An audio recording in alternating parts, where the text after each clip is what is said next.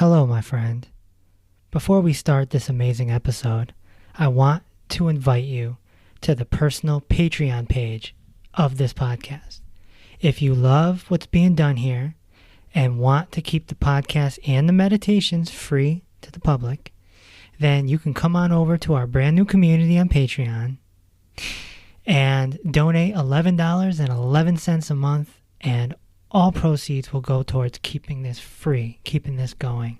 Plus, we'll be building a community together, and I'll give you bonus material. You can explore this option in the description of this podcast, or just go to patreon.com/Dr. Reese. Let's begin.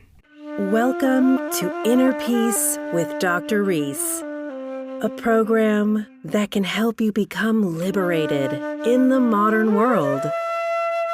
Now, here's your host, Dr. Kevin W. Reese. So what is Bhakti Yoga? Welcome to episode number 93. Today, I'm talking to Sita.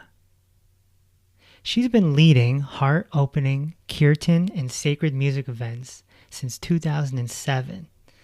Following the path of Bhakti Yoga, she leads events with chanting and kirtan music and classical yoga and yoga Nidra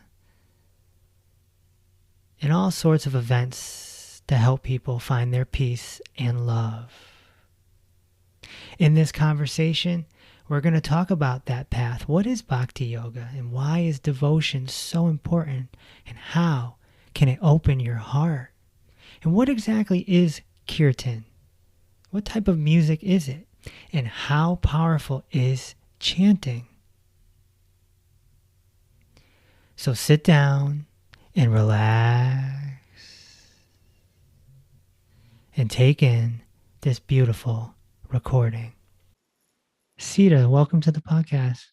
Thank you. Thank you, Dr. Reese. Nice to see you, and thank you for welcoming me. It's an honor. Can you explain what Bhakti Yoga is? Yes. The first words that I hear in my mind is bliss, real bliss, peace.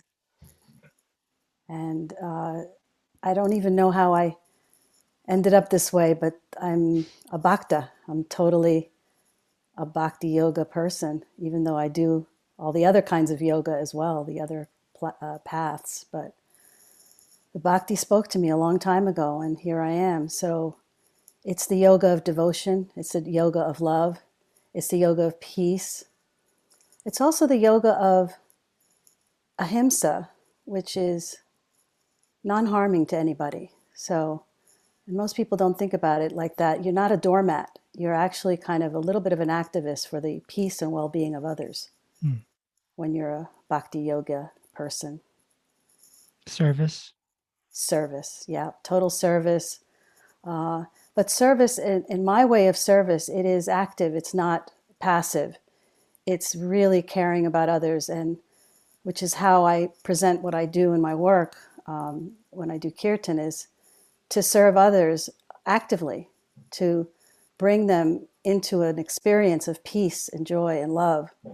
And hopefully that maybe whatever it is they have going on in their life, especially if it's trauma or something sad, that they, even for a short time, are uplifted and feel better about themselves and their lives. And if they leave with a smile on their face and a lighter heart, then I think I've done my work. And as I've played with all the other musicians, that I think we all feel the same.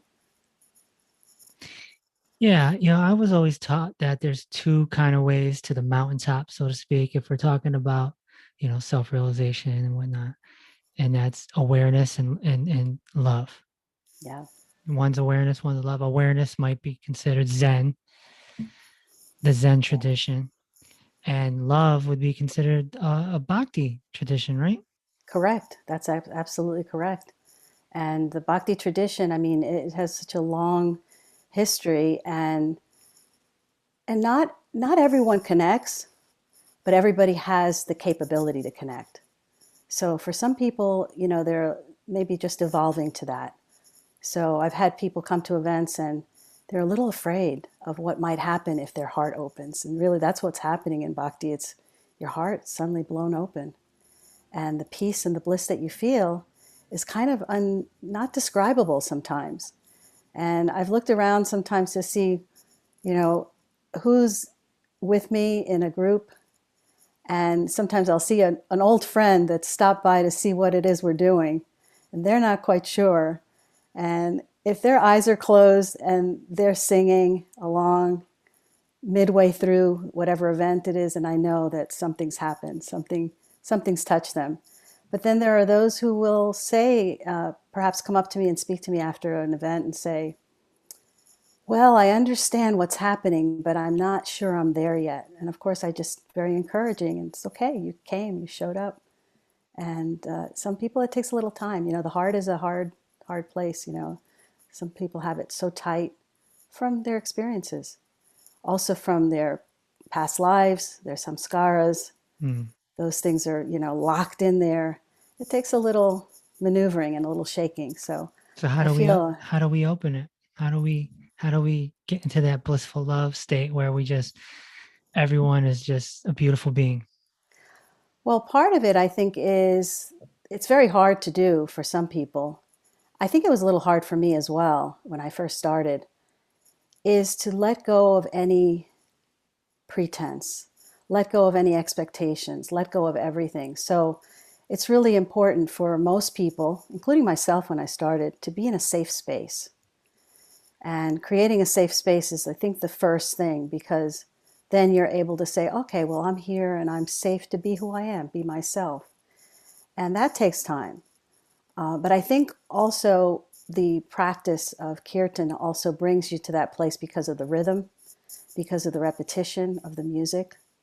And it kind of starts to wear you away, and your heart starts to slowly come out slowly. It's pretty interesting. And for some people, they're waiting for it. They're so excited. They're ready. I'm here.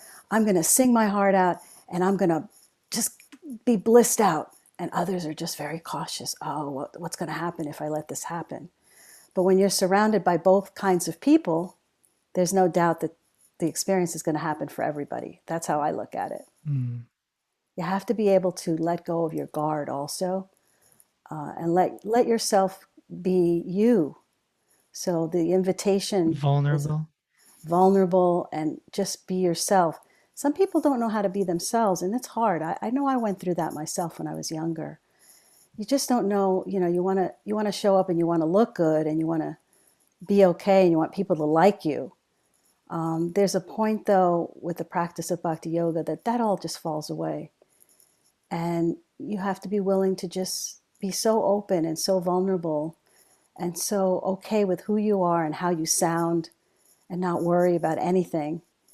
And just close your eyes and take the ride, take the experience in. It's really what it's all about. And I think in the end, most people even get a glimpse of what that looks like, or some people are totally blown open and they can feel it and they want that feeling. I just recently went through an experience where I had some health concerns, and that put me into a state of health anxiety.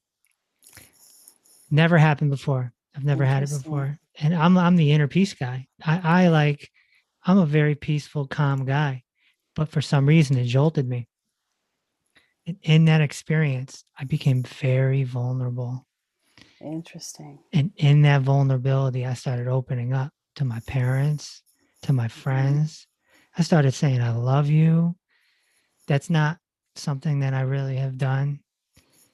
I said, Mom, we're going to hug every day. Hug my mom every day. Tell my dad I love him. Never said it in my adult life. We've never had that. So beautiful. It's a transformation.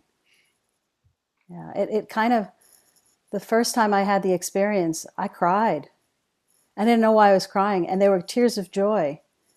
When I felt it and I didn't know what I was feeling and somebody described it for me, my heart just blew wide open. And the tears just came down and I was like, what's happening to me? My non-vulnerable, the person that didn't want to be so vulnerable was like, what the heck's going on? Mm. The other side of me was like, wow, something changed, something shifted for me. Mm. I've been transformed. And, transformation doesn't have to be huge. It could be small, midway, or full.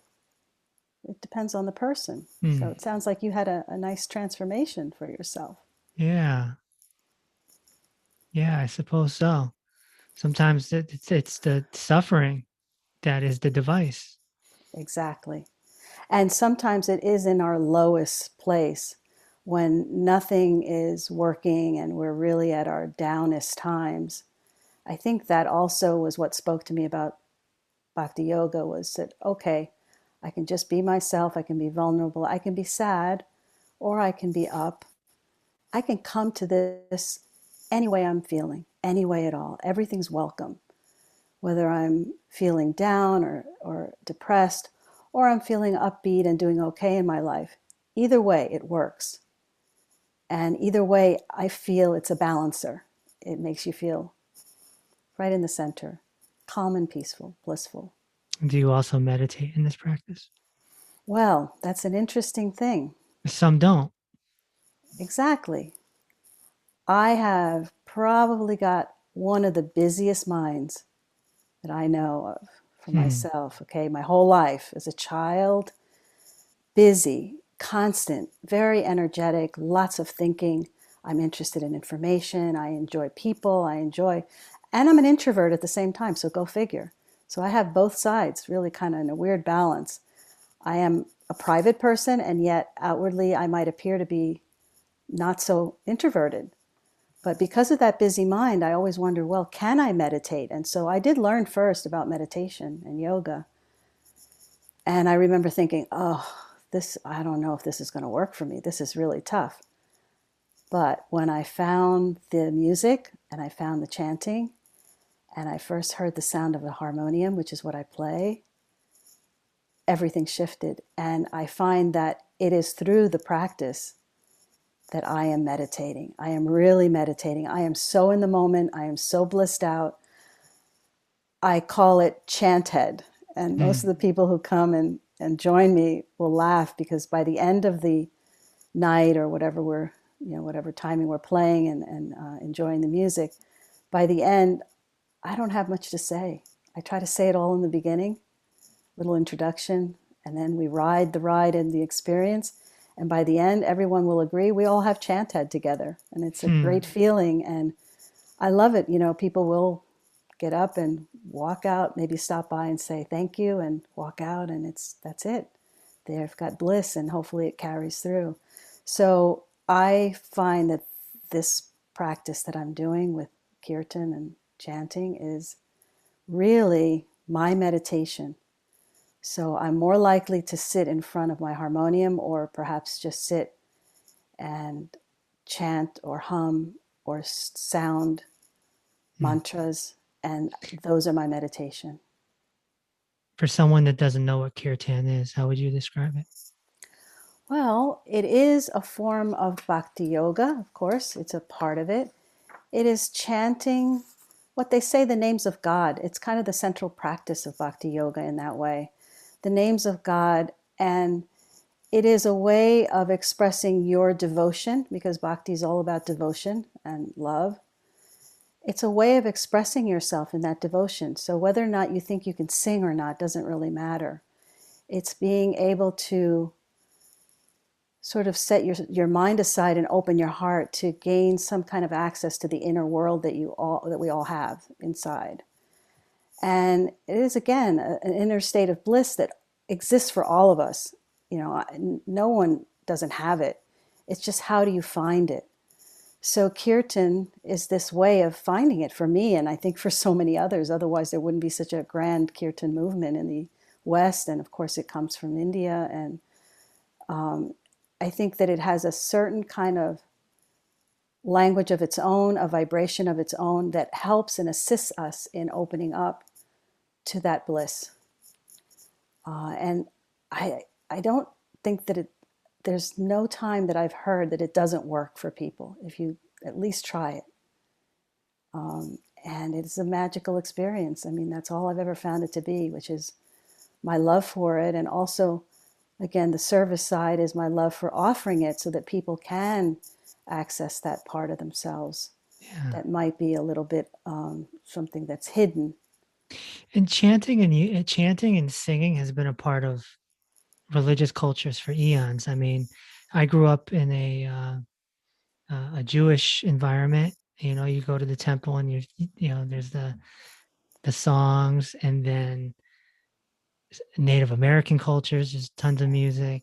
Indian cultures, tons of music.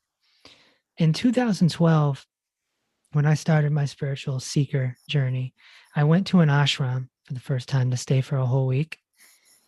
You might be familiar with it. It's Ananda Ashram in New York. Sure. Yes, absolutely. And that's our local spot.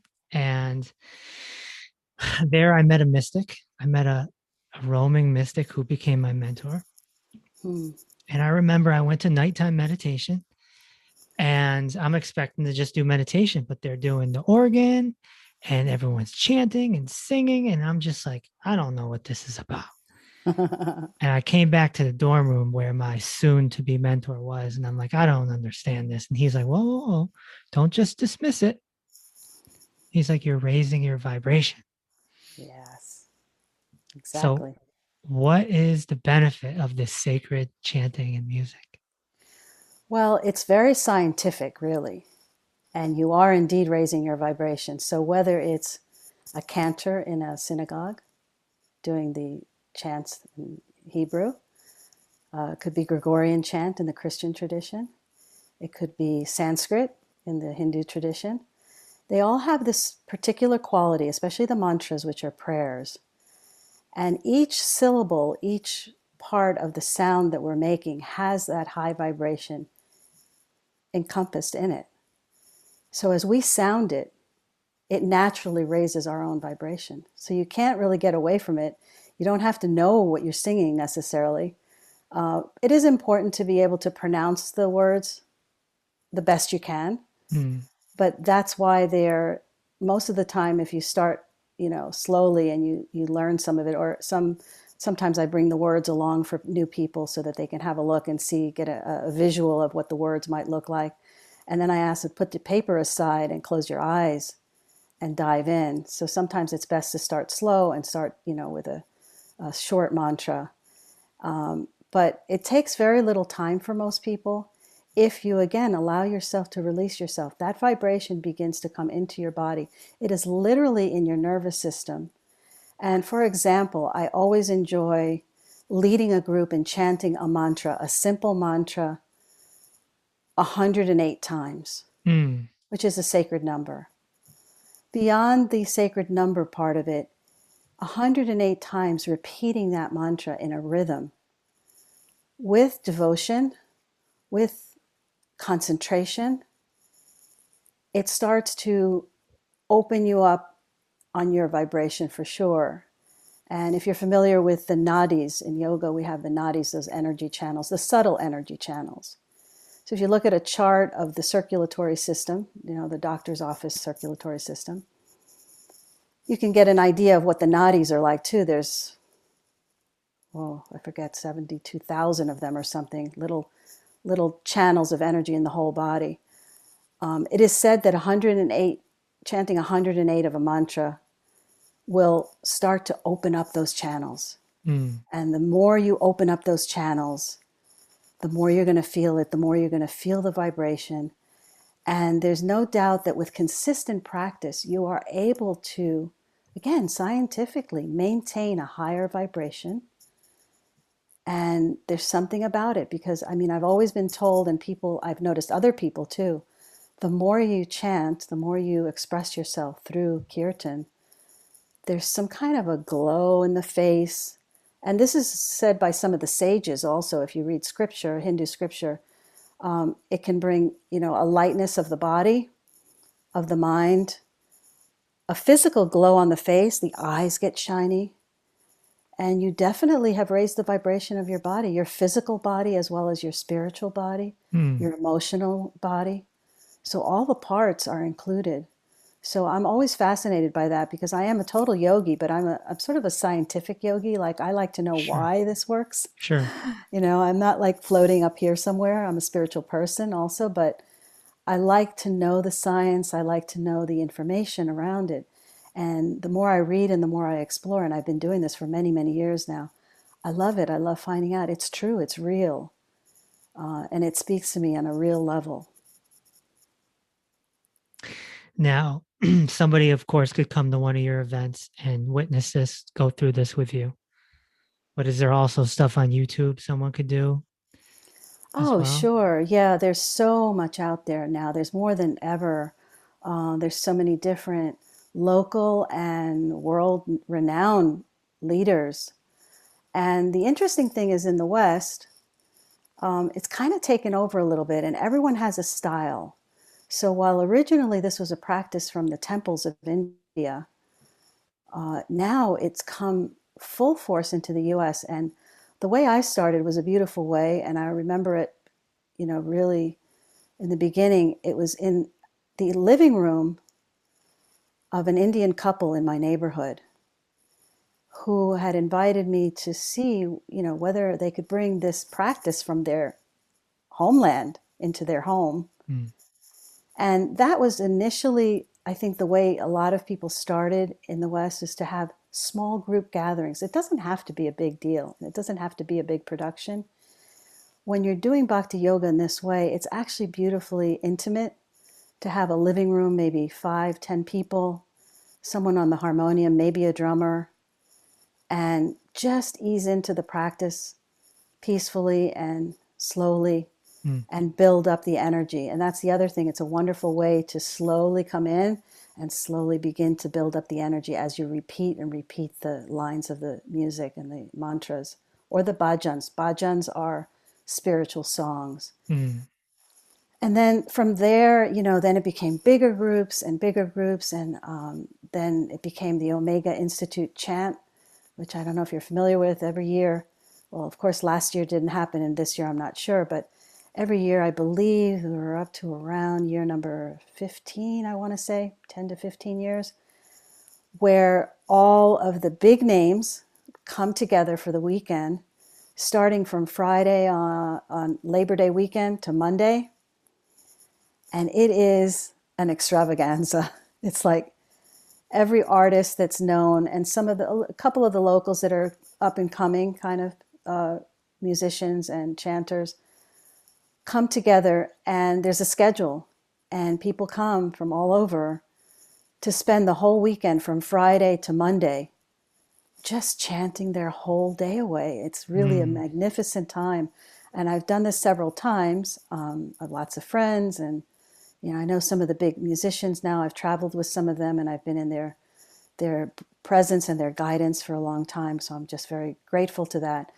But what an experience. So figure it's not just one night where you attend something for a couple of hours, but you're literally chanting Friday night, maybe 3 hours, Saturday morning, Saturday afternoon, Saturday all night until Sunday morning, a little break for lunch and sleep, Sunday afternoon, Sunday night. And if you stay into Labor Day morning, Monday morning, Monday night, it's crazy. And you can see the bliss and the energy shifting. So from Friday, I like to say by Sunday morning, when everyone's still coming around after all night chanting, I mean, literally you're on at 2, 3, 4 a.m. I think we ended the one time that I was there for the whole night by 6 a.m. And then you go get a little rest and then something to eat. But on Sunday morning, I've often gone to Omega in the afternoon to start from Sunday to Monday. People are just walking around, smile on their face. Right. Everything's good with the world. Everything's love. And it's so joyful. I mean, how can you not want that in your life? That's how I feel about it. Yeah. So you can take that kind of experience, and there's many now around the country. I mean, I know that we're still, slowly coming back after our lockdown time in the last year, but there will be more of this soon, I think. I know I'm ready to come out soon in the Mm. spring, late spring, to do live events again safely. And there are definitely lots of YouTube, lots of online things still going on. Around the world, you can find something. You can go looking for events online on Facebook, and everyone's doing a little something because, first of all, the live stuff we're all missing. I'm terribly missing it, because it's something that really feeds my soul so directly and so exactly, to be with other people. And because the practice is call and response, it's known as call and response. So I chant the line and then the group chants it back. And you start really slow and it goes back and forth and back. Next thing you know, the energy is just building and building, and it gets more and more ecstatic. And by ecstatic, I mean people sometimes have an impulse to literally jump up and dance. And, it's not unlike, I'm Christian, when I was born, I was in Christian churches and Grew all up that. Christian, right? Yeah, grew up Christian. And what it feels like is those praise events, where everybody's standing with their arms up and they're dancing and they're just praise. It's praise music, really, what it is. It's our form of praise music now. Right. And it's a wonderful experience, So I highly recommend it, of course. Yeah. It's been part of my Sounds life powerful. for a long time. It's extremely powerful. And you don't really know sometimes how it's going to come out. Like I said, you can show up at an event, and I always welcome people, and I say this sometimes in the beginning, however you showed up, you're welcome. If you're a little afraid, if you've never done this before, that's kind of like my style has always been to welcome new people. I love introducing this practice to new people. It's one of my favorite things because it's my feeling of, I'm doing something good for someone. And of course, there's been people who have come and they leave before the end. Sure. And, maybe it was just too much energy. For some people, it's just too much energy too soon. Well, some people are stuck in their religion too, and they don't have an open mind. That too. Yes, not an open mind. And that's happened too. I think my family was a little shocked in the beginning too. They were like, well, you're doing what? And I think they were just a little bit concerned that I had switched religions on them or something. And yeah, I'm very universal. you were Miriam, now you're Sita. Yes, exactly. And so now, but think of the name Miriam. That's a pretty spiritual name already. Yeah. And then given the name Sita by one of my dear teachers many years ago, like 25 years ago. I was given a name before I was ready to have a name. That's how I felt. Yeah. And the spiritual names, as you know, are meant to remind you of your divinity. So and to go against ego. Exactly. Personality, the ego, the false self. Yes, exactly. Yeah. So what's yoga nidra? Because there's a lot of yoga nidra guided meditations on YouTube for helping people sleep and whatnot. Yeah. How would you describe yoga nidra? Well, yoga nidra is another beautiful and, again, scientific practice. And I actually guide some yoga nidra every now and then. It is a form of, let's see, how can I describe it? It feels a little bit like you're being hypnotized, which is why it's so powerful. So the practice is laying down completely comfortable. So neck pillow, anything you need to lay on the floor. It's basically Shavasana extended. Right. But it's very exact because when you're participating, you are asked the best of your ability to keep your mind aware and awake while your body is completely relaxing. So you're actually going into the state of consciousness between asleep and awake and floating there with there. awareness. Yeah. And it's a beautiful place to be, but also there's some work to be done. So you come to Yoga Nidra perhaps that you'd like to change something in your life. Maybe it is about stress and anxiety. Maybe it's someplace that you're stuck and you're not able to, shift out of a mindset or a habit or just a mental predicament that you might be in the time. So there is something added to this practice called sankalpa, where you literally set an intention that through the practice gets buried deep into your subconscious. And it goes naturally with the relaxation process. And the story goes, we go through the whole body, relaxing each part. So it takes about a half an hour to dive deep first. And each part, meaning you address both sides of the body, from all the fingers down the whole right side, down to your toes, then the whole left side down to your toes. Yeah, it'll say like Very methodical. put awareness on your left pointy finger, Exactly. middle finger, and it'll run through the whole thing. Very methodical, so that you make sure that, but it's also the mind in a pattern. The mind always needs something to think about, so you are being guided to think about these particular places in your body. Then there's the balance between hot and cold, the balance between wet and dry. So you do the opposites. The breath, breathing in, pausing, breathing out, pausing, breathing in, so that you know where's your breath. And then you balance it out.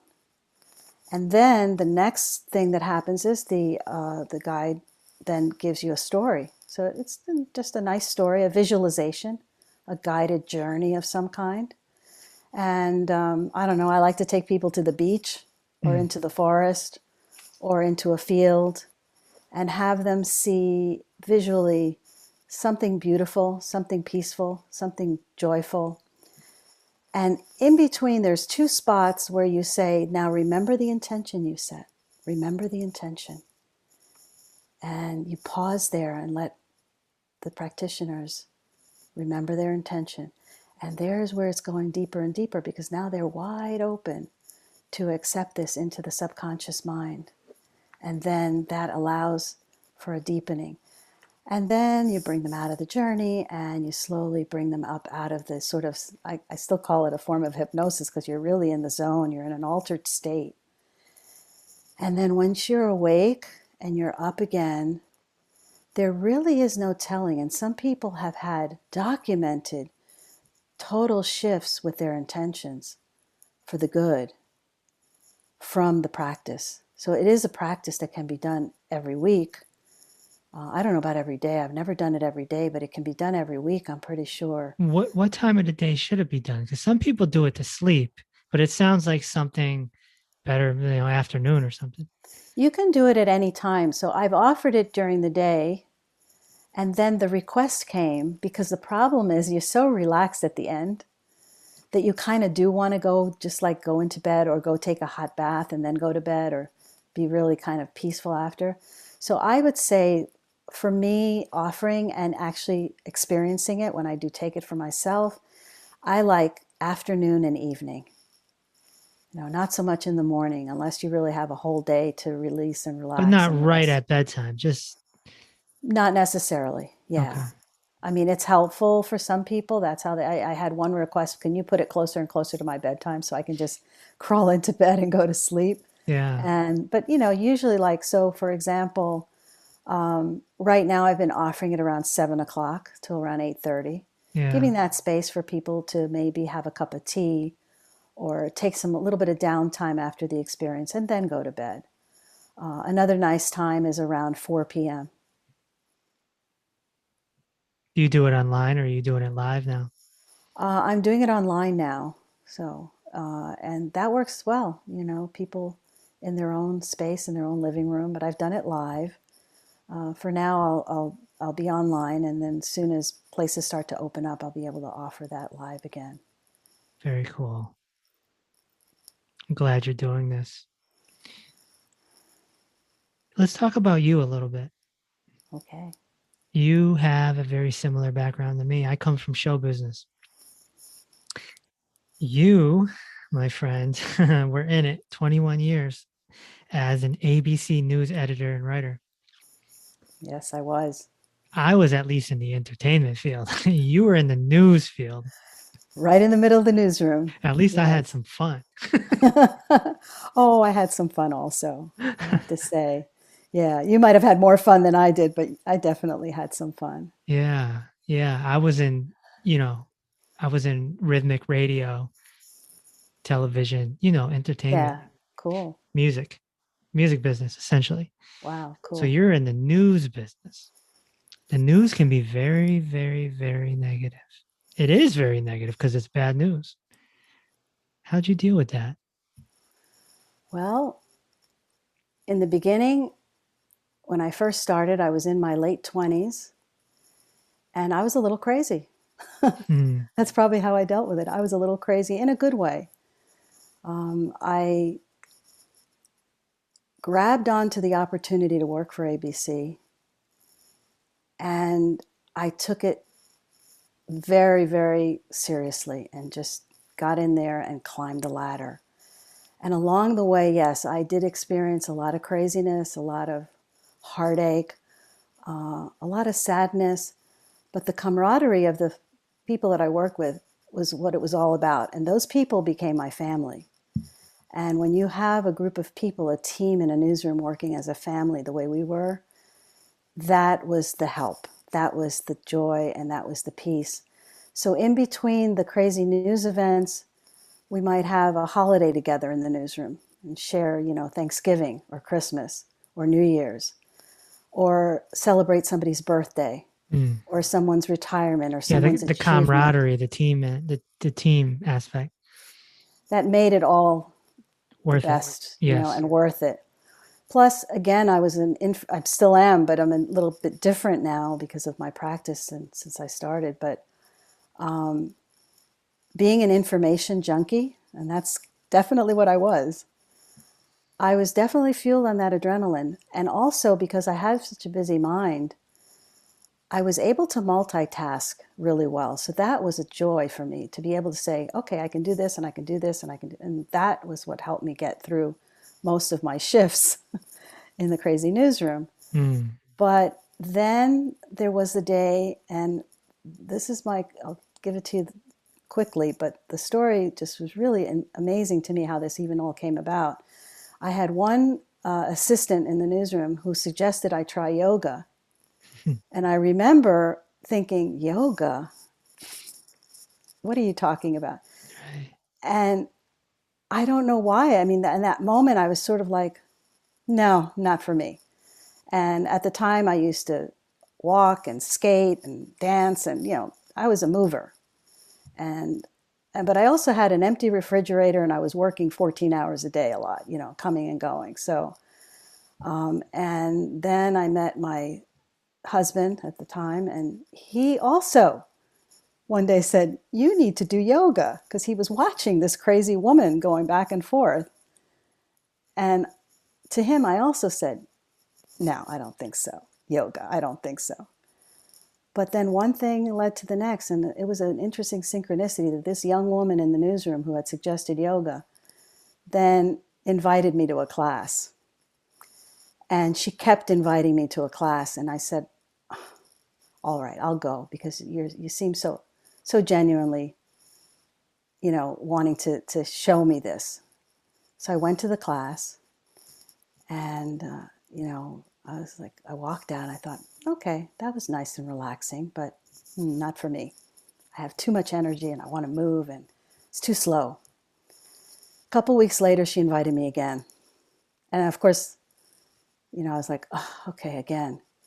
Anyway, long story short, a few weeks after that, she invited me to come to an ashram with her.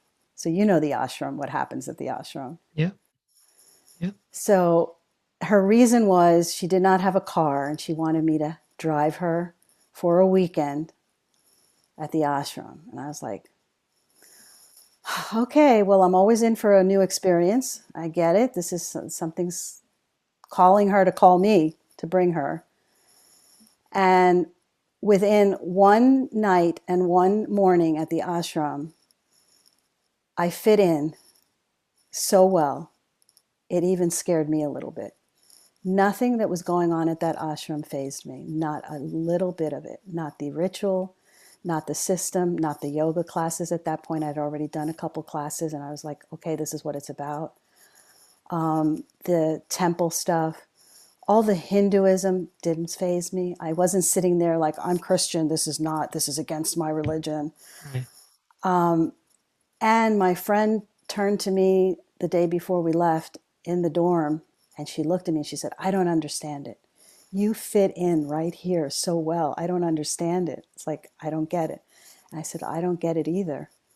And so right after that experience, I started going more yoga classes and more yoga classes and more yoga classes. And I increased it to 4 days a week.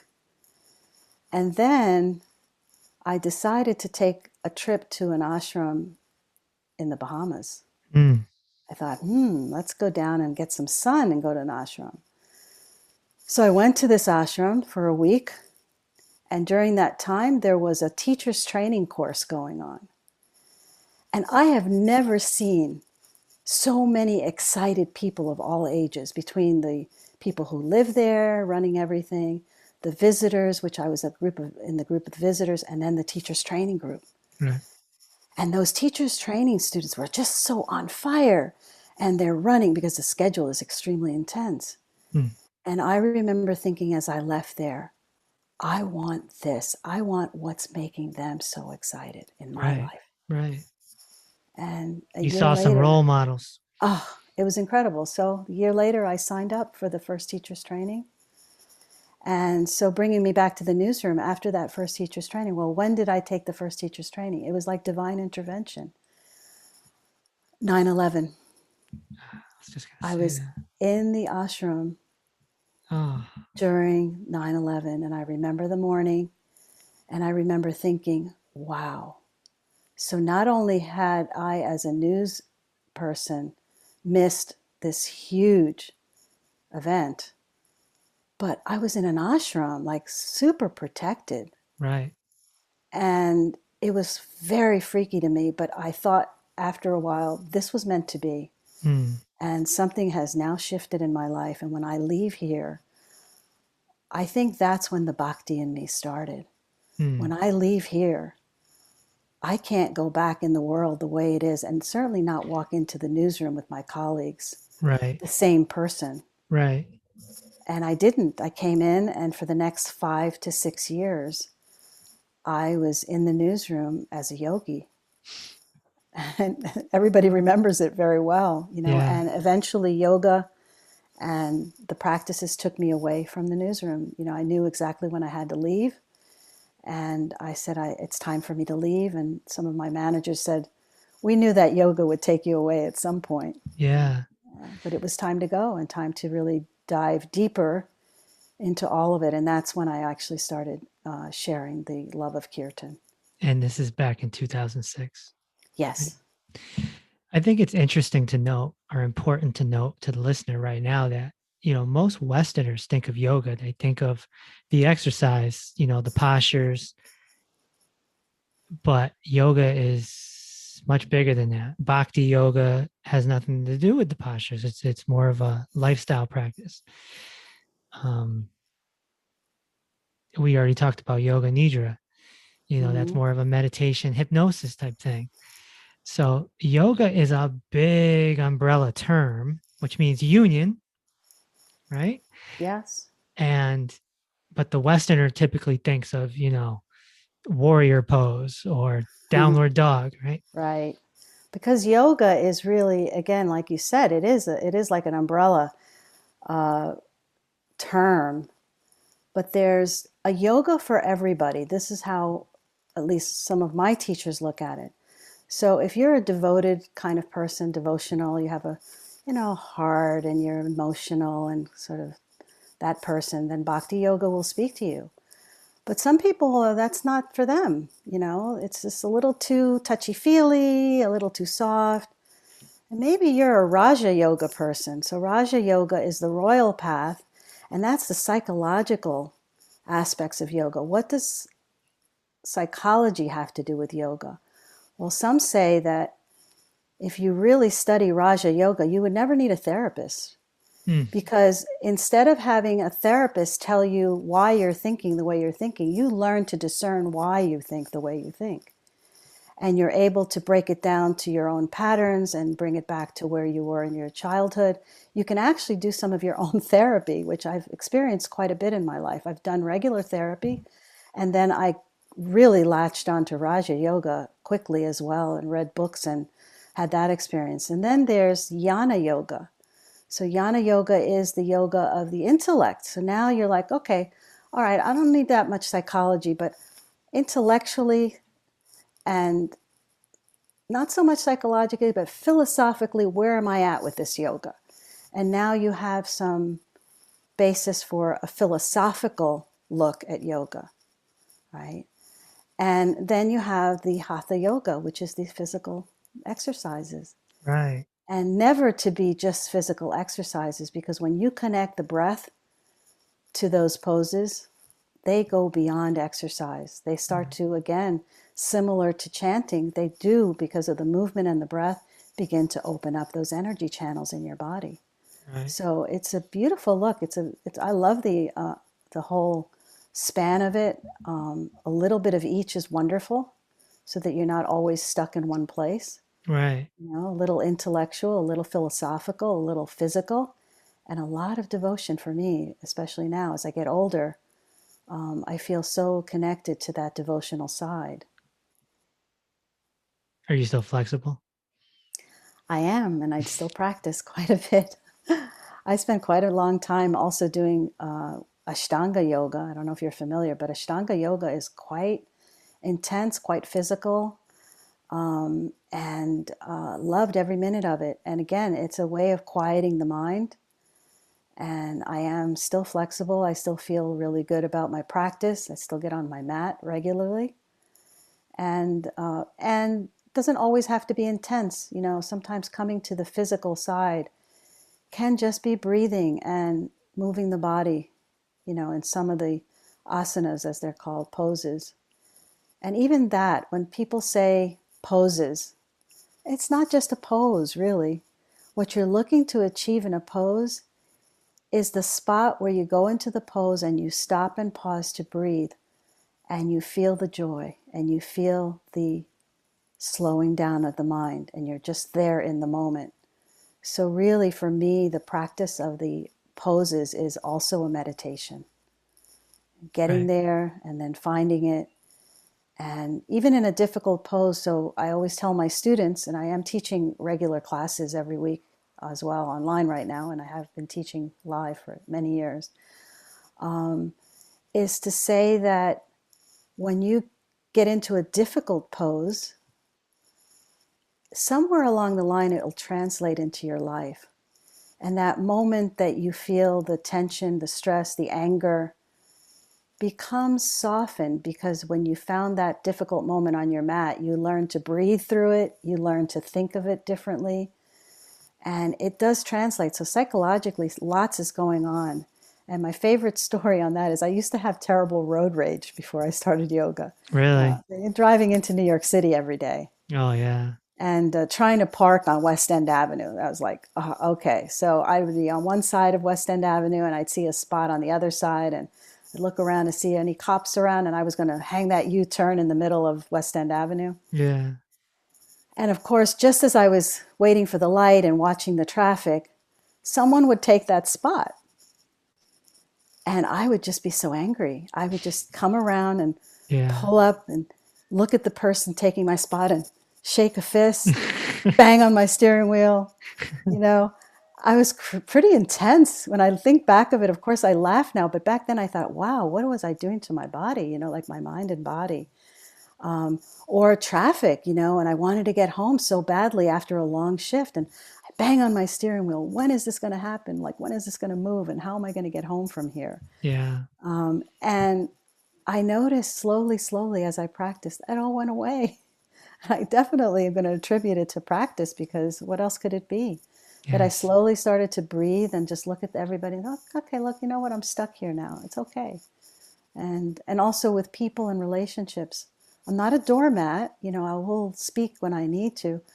But sometimes, you know, we all need to just let it go.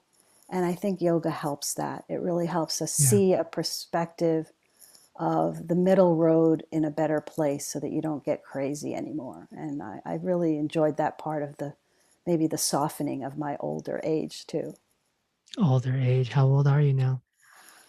Oh, 63. 63. Look at Yeah, you. Okay. I don't feel it. but sometimes it pops up in my mind. Oh my gosh, But I do believe that it's the practices that keep us young, keep us vibrant, and I intend to continue as long as I can. Yeah, absolutely. So where can people find you on your website and social media? Yeah, you can look for my website. It is sitaslight.com, sitaslight.com. And same on social media, Sita's Light Kirtan on Facebook and Sita's Light on Instagram. And pretty easy to find, and there's events posted there. And I keep it pretty simple. And I also try not to, announce everything too fully about promoting stuff, but I also like to try to be inspirational and post something uplifting. And that's my main goal. Social media has become so crazy, as we know. My main goal is to, just like when you see what I do in person, that when you see my social media, that you also get a feeling of some joy, some peace, and something uplifting Hmm. is expressed there. That's what I really try really hard to be, not the down person, but the person that shares something, maybe a nice quotation from one of the spiritual masters, Hmm. or I'll play a little music. So all of last year when we weren't able to play live, I started literally doing my own morning practice and recording a little bit of it, and just very simple morning voice. You don't have to know how to sing really well. I'm blessed that I do have a voice that's pleasant for people to listen to, and I'm grateful for that. But, it doesn't matter how you sing, or even when you sing, it's that you do it and you open Yeah. your heart and get into it. So I recorded some little pieces just to keep myself balanced and in the practice and sending Yeah, out I, joy I and saw love. that. I saw the MP3s on the website, the Yeah, audio and clips. Yeah. there's some audio clips there, and there's also then, especially on Instagram, I think I've posted all of the recorded ones from last year.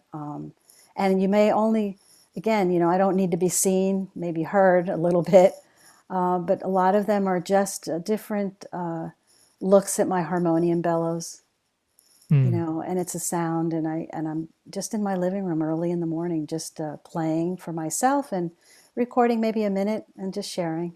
Right. And that's what I, kind of continue to do now. And soon, and there's lots of what we call the Throwback Thursday stuff Mm-hmm. on there Yeah. too. And if you're interested in seeing, if anyone's interested in seeing what happens when you're in a group, there's a few representations of videos on Instagram also, and also some Facebook, of what happens to a group, because it's really magical.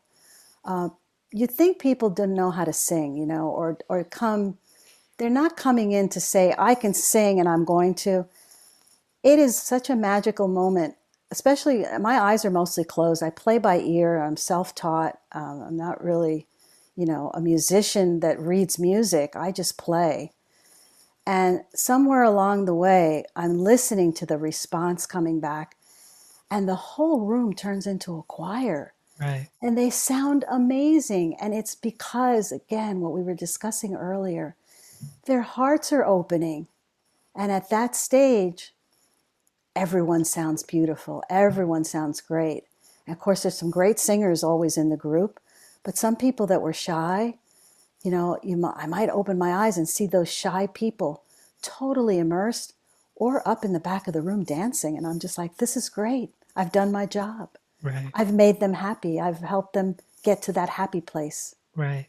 It's a really beautiful feeling. And that's really my form of service right now. I enjoy it so much. Very cool. Well, I appreciate your time today, Sita. This has been a great conversation. Thank you. I appreciate you having me, and come join us sometime. I think you'll enjoy it. Oh, I'm going to online. I got to get my chanting back. I got thrown back to 2012 when I got when he told me, oh, you tried, but I never really got into it. So, Yeah, you'd be surprised. It shifts. It'll shift. Got to all give it right, a try. I will. I will. Thank you. Thank you so much. Nice talking to you today. Thanks for listening to Inner Peace with Dr. Reese.